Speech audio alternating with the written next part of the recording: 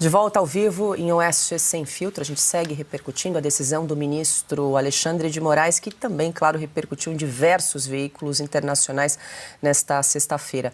O britânico The Guardian noticia que Bolsonaro foi obrigado a usar tornozeleira eletrônica por medo de fugir, enquanto o julgamento sobre a suposta tentativa de golpe se aproxima do fim. Assim como The Guardian, o americano Washington Post também noticia que o ex-presidente foi obrigado a usar tornozeleira eletrônica. O New York Times destaca que Bolsonaro foi obrigado a usar tornozeleira eletrônica, o que agrava a rivalidade entre Brasil e Trump. O jornal espanhol El País noticia que a justiça brasileira impõe tornozeleira eletrônica a Bolsonaro devido ao risco de fuga.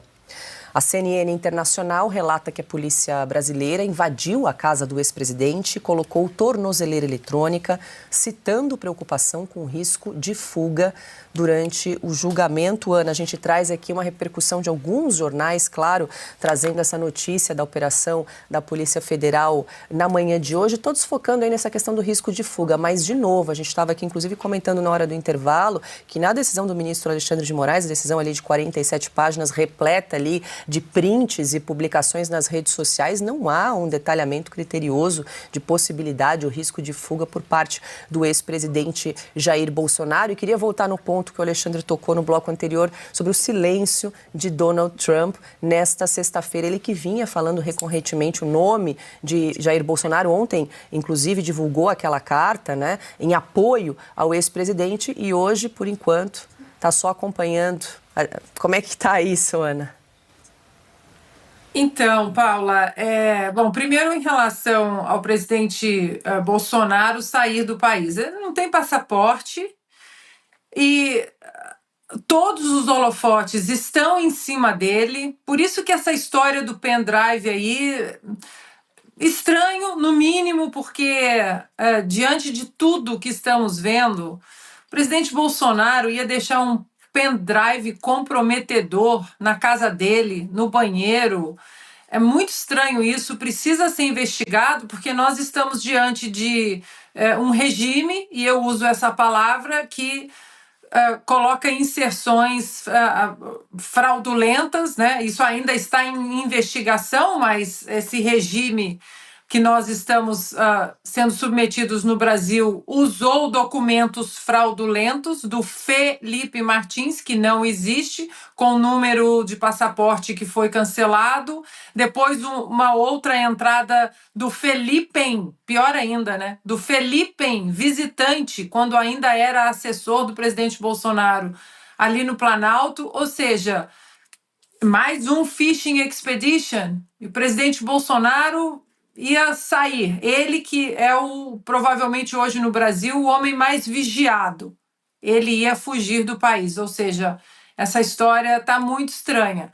Agora, Paula, sobre o silêncio do presidente Donald Trump, nós que estamos aqui nos Estados Unidos, eu comentava isso com a Paula ontem, nós ligamos a televisão, o presidente o presidente Donald Trump, ele está na televisão quase 24 horas por dia, e quando você acha que eles estão reprisando uma entrevista de manhã ou de ontem, não, ele está ao vivo, é o tempo todo falando, ele não foge das perguntas, e quando ele sai da Casa Branca para entrar no helicóptero, né, o Marine One, para ele ir para se deslocar ali em Washington, ali no jardim, os repórteres continuam bombardeando com perguntas, ele não foge.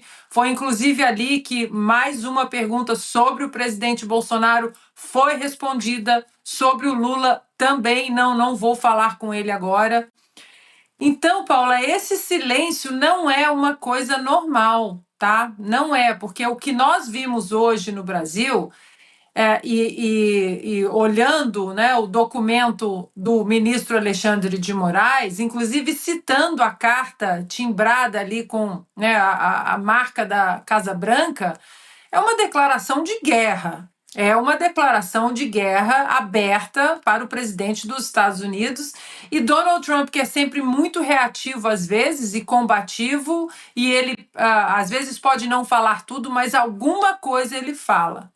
E dessa vez ele está em absoluto silêncio. E aqui, para nossa audiência, a nossa produção e eu aqui estamos tentando falar com um dos assessores do presidente Donald Trump, até conseguimos alguma comunicação, mas agora veio a notícia que talvez a Casa Branca esteja pedindo prudência, ou seja, todos entraram num código de silêncio e não sei se isso é uma boa coisa para o Brasil, Paula.